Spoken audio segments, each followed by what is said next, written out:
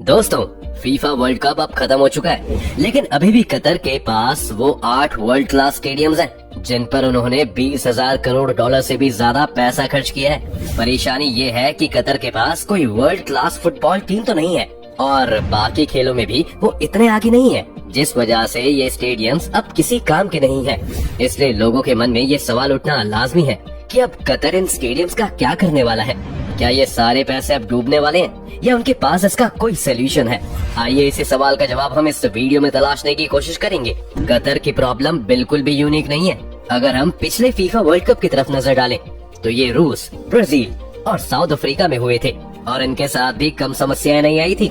अगर हम रूस के केस में ही देखें तो उन्होंने 20,000 तो नहीं पर 1.6 करोड़ डॉलर्स का खर्च अपने स्टेडियम्स पर किया था, जिसके बाद उन्होंने इन स्टेडियम्स को अपने डोमेस्टिक फुटबॉल टीम्स को रेंट पर देना शुरू कर दिया ताकि इससे इन स्टेडियम्स की मेंटेनेंस का खर्च निकलता रहे। लेकिन रूस की ये टीम्स भी इन स्टेडियम्स को भरने में पूरी तरह फेल हो गई थी। ये टीम ज्यादा से ज्यादा 6,000 स्पेक्टेटर्स को ही स्टेडियम्स तक ला पाती है, जो कि एक स्टेडियम की कैपेसिटी का सिर्फ 15% ही था। इसके बाद अगर हम रूस के कालिनिनग्राड स्टेडियम की बात करें तो इसमें पानी और कीचड़ के कारण इतना नुकसान हो गया था कि इसकी मेंटेनेंस में जितना खर्च आया उतना पैसा ये स्टेडियम अगले कई दशकों तक रिकवर नहीं कर सकता है। और इसकी ओरिजिनल कॉस्ट तो भूल ही जाइए। कुछ लोगों ने तो उस वक्त ये भी कहा था कि इसे यूं ही छोड़ दिया जाए, लेकिन हाँ, रूस ने अपने कजान एरिना स्टेडियम को ट्रांसफॉर्म किया था। उन्होंने इसे फुटबॉल स्टेडियम के साथ साथ एक मल्टीपर्पज वेन्यू में बदल दिया है, जहां फुटबॉल मैचेस के साथ साथ अब वो कॉन्सर्ट्स, कार शोज और फैशन इवेंट्स भी करवा रहे हैं। इसके साथ साथ उन्होंने स्टेडियम की जगह पर कई सारे रेस्टोरेंट्स, बार्स और कुछ होटल्स भी खोल दिए हैं। ब्राजील के साथ भी यही कहानी थी। एक फुटबॉल कल्चर होने के बावजूद भी वहाँ के लोग इन स्टेडियम्स को भरने में असमर्थ रहे और आज वहाँ के भी फुटबॉल स्टेडियम्स बिल्कुल खाली पड़े हुए हैं और टैक्स पेयर्स पर एक बोझ बने बैठे हैं। ब्राजील वो देश है जहाँ पर अभी भी 25% लोग काफी गरीबी में रहते हैं और ऐसे में इन स्टेडियम्स पर पैसा खर्च करना काफी लॉजिकल है। वहाँ के एस्टाडियो नेशनल स्टेडियम को तो अब उन्होंने एक बस शेल्टर में कन्वर्ट कर दिया और एरिना दास डोनस स्टेडियम अब शादियों और बच्चों की पार्टियां होस्ट करके अपनी कॉस्ट रिकवर करने की कोशिश कर रहा है। इस स्टेडियम में आज तक सिर्फ 4 वर्ल्ड कप मैचेस ही होस्ट किए गए हैं और इन 4 मैचेस की कॉस्ट आज तक वो भर रहे हैं। साउथ अफ्रीका के डरबन शहर में जो मोसेस माडीबा स्टेडियम बनाया गया था वो रूस और ब्राजील के स्टेडियम से अच्छी हालत में है, क्योंकि वहाँ पर अब म्यूजिक कॉन्सर्ट के साथ साथ विजिटर्स स्काई कार राइड करने और बंजी जंपिंग के लिए भी आ सकते हैं। लेकिन इस 65,000 की कैपेसिटी वाले स्टेडियम ने भी आज तक एक बार भी प्रॉफिट नहीं कमाया है और लोग तो ये भी मांग कर रहे हैं कि इसे गिरा दिया जाए। अब आते हैं कतर पर।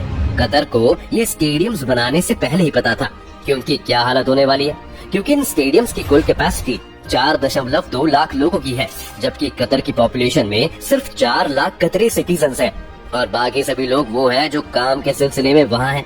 जब रूस और ब्राजील की बड़ी पॉपुलेशन अपने स्टेडियम्स नहीं भर पाई तो कतर के लिए ये काफी मुश्किल होगा।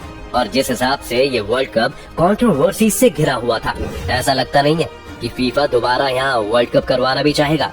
लेकिन कतर ने पहले से ही इन स्टेडियम्स के लिए एक प्लान बनाकर रखा हुआ था। कतर इन्हें अब फुटबॉल फैन से भरने की कोशिश नहीं कर रहा है, बल्कि इन्हें पूरी तरह ही ट्रांसफॉर्म करने में लगा हुआ है।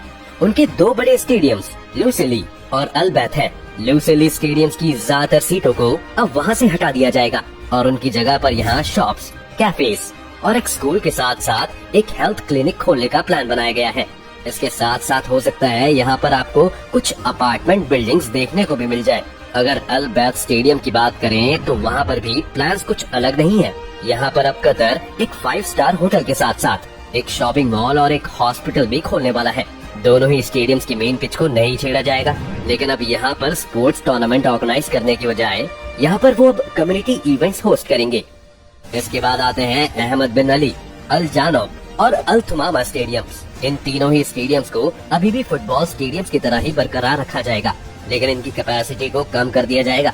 45,000 की कैपेसिटी वाले स्टेडियम को 20,000 की कैपेसिटी वाला बनाया जाएगा और इनमें लगी सभी टेम्पररी सीट्स को उखाड़कर इन्हें दूसरे देशों के स्टेडियम्स को डोनेट कर दिया जाएगा। रूस ने भी अपने एकातेरिनबर्ग सेंट्रल स्टेडियम के साथ भी कुछ इसी तरह ही किया था, लेकिन अभी भी ये स्टेडियम्स काफी अंडर यूटिलाइज्ड ही रहेंगे, क्योंकि यहाँ की जो कतरी फुटबॉल लीग है वहाँ पर कभी भी 20,000 स्पेक्टेटर्स नहीं आने वाले। इनकी लीग्स में जनरली 500 से 800 तक की ऑडियंस ऑब्जर्व की जाती है। लेकिन अब आते हैं सबसे इंटरेस्टिंग स्टेडियम की तरफ, और वो है स्टेडियम 974। ये स्टेडियम स्पोर्ट्स की दुनिया में एक रेवोल्यूशनरी स्टेडियम है, और माना ये जा रहा है कि अब आने वाले समय में ऐसे स्टेडियम्स हमें दुनिया में और देखने को मिल सकते हैं, जिसका कारण ये है कि इस स्टेडियम को रिसाइकल्ड शिपिंग कंटेनर से बनाया गया है। इन्हें कभी भी डिसमेंटल किया जा सकता है, यानी एक तरह का मूविंग स्टेडियम, जिसे आप टेंट की तरह एक जगह पर सेट कर सकते हैं, फिर इसे डिसमेंटल करके अगले दिन कहीं और ले जा सकते हैं। 5 दिसंबर को हुए ब्राजील और साउथ कोरिया के मैच के बाद ही इस स्टेडियम की डिसमेंटलिंग की प्रोसेस शुरू हो गई थी, और अब खबर ये है कि इसके सारे पार्ट्स को अब उरुग्वे भेज दिया जाएगा, जहां पर 2030 का वर्ल्ड कप होने वाला है। जिस तरह आपने देखा ही है कि कोई भी देश फीफा वर्ल्ड कप होस्ट करने के बाद उसकी फाइनेंशियल कॉस्ट रिकवर नहीं कर पाया है। ऐसे में इस तरह के स्टेडियम्स अब सिर्फ फुटबॉल ही नहीं बल्कि सभी तरह के स्पोर्ट्स को डेमोक्रेटाइज कर सकते हैं, जिससे वो देश भी मेजर वर्ल्ड इवेंट्स होस्ट कर पाएंगे जो अपने इंफ्रास्ट्रक्चर को डेवलप करने के लिए बहुत सा पैसा नहीं खर्च कर सकते। ये मुमकिन है कि आने वाले 20 से 25 सालों में आप इसी तरह के कई और स्टेडियम्स दुनिया भर में देखें। खैर, कतर ने अपने बाकी स्टेडियम्स के लिए भी यूज केस ढूंढ लिया है। जिस तरह ब्राजील ने अपने स्टेडियम्स का इस्तेमाल 2016 के ओलंपिक्स को होस्ट करने के लिए किया था, उसी तरह कतर का भी ये प्लान है कि 2024 में होने वाले एशियन कप में वो इन्हें इस्तेमाल करें। एशियन कप भी एक इंटरनेशनल फुटबॉल टूर्नामेंट ही है, जिसमें एशिया और ओशियानिया की टीम्स पार्टिसिपेट करती हैं। इसके अलावा आपको इन स्टेडियम्स का यूज 2030 की एशियन गेम्स में भी होता हुआ दिखाई देगा, जो कि कतर ही होस्ट करने वाला है। इस तरह से वो कई सारे और इंटरनेशनल इवेंट्स को होस्ट करने की तैयारी में, ताकि ये स्टेडियम्स वेस्ट न हो जाए। कतर ने अभी से 2036 के ओलंपिक्स को होस्ट करने के लिए भी हाथ पैर चलाने शुरू कर दिए हैं, पर कोई नहीं जानता है कि आगे क्या होगा।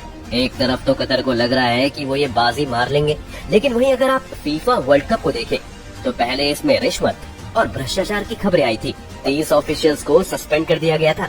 फिर बडवाइजर वाली कंट्रोवर्सी हुई, जहां कतर ने अपने स्टेडियम्स में अल्कोहल सर्व करने पर बैन लगा दिया, और आखिर में होमोसेक्सुअलिटी को लेकर जो कतर का स्टैंड है वो भी पूरी दुनिया के लिए प्रॉब्लमैटिक है।